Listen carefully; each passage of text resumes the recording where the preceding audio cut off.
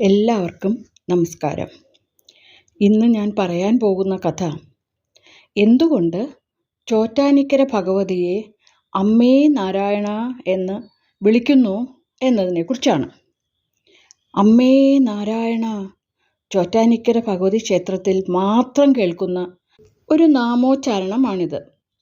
ദേവിയെ എന്തുകൊണ്ടാണ് നാരായണ എന്ന് പുരുഷനായി അല്ലെങ്കിൽ വിഷ്ണുവായി സങ്കല്പിക്കുന്നത് എന്നൊരു സംശയം ഉണ്ടാവുക ന്യായമാണ്.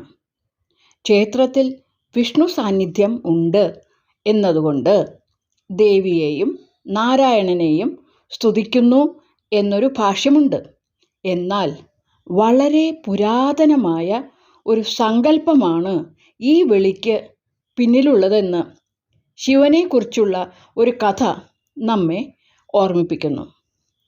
പാർവതീദേവിയായി അവതരിച്ചത് സാക്ഷാൽ മഹാവിഷ്ണു തന്നെയാണ് എന്നാണ് ഈ സങ്കല്പം. ഇത് മനസ്സിലാക്കാനായി ഒരു കഥ ഞാൻ പറയാം. ഒരിക്കൽ പരമശിവൻ സന്തോഷചിത്തനായി പാർവതിയോട് ചോദിച്ചു, എന്താഗ്രഹമാണ് താൻ സാധിച്ചു തരേണ്ടതെന്ന്.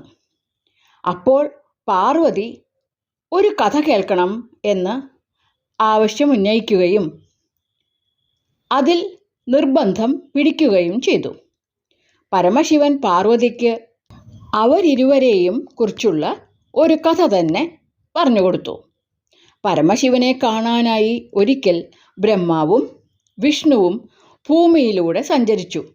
ഹിമാലയ ശൃംഗങ്ങൾക്കിടയിൽ ആദിയും അന്തവുമില്ലാത്ത ജ്വാലാലിംഗം അവർ കാണാനിടയായി. അതിൻ്റെ അറ്റം കണ്ടുപിടിക്കാനായി ബ്രഹ്മാവ് മുകളിലേക്കും വിഷ്ണു താഴേക്കും സഞ്ചരിച്ചു. പരാജയം ഭവിച്ചപ്പോൾ അവർ പരമശിവനെ തപസ് ചെയ്യാൻ ആരംഭിച്ചു. തപസ്സിൽ സംപ്രീതനായ ശിവൻ പ്രത്യക്ഷപ്പെട്ട് എന്തു വരം വേണമെന്ന് ചോദിച്ചു. മകനായി ജനിക്കണമെന്നായിരുന്നു ബ്രഹ്മാവിൻ്റെ ആവശ്യം. ബ്രഹ്മാവിൻ്റെ മോഹം അല്പം അതിരുകടന്നതായിരുന്നു.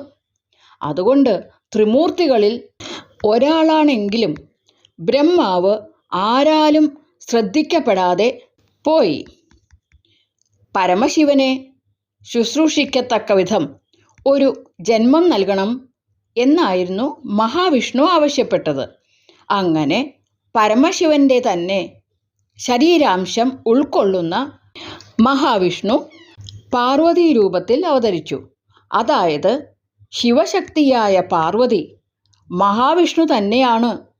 ശക്തി മഹാവിഷ്ണു ആയതുകൊണ്ടാണ് ആ സങ്കല്പവും ദേവതാ സാന്നിധ്യവുമുള്ള ചോറ്റാനിക്കരയിൽ ഭക്തജനങ്ങൾ ഭഗവതിയെ അമ്മേ നാരായണ, ദേവീ നാരായണ എന്ന് വിളിക്കുന്നത്.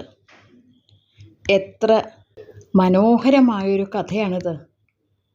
അമ്മേ ദേവി, അമ്മേ നാരായണ, ദേവി നാരായണ, അമ്മേ നാരായണ, ദേവി നാരായണ, അമ്മേ നാരായണ, ദേവി നാരായണ, അമ്മേ നാരായണ, ദേവി നാരായണ.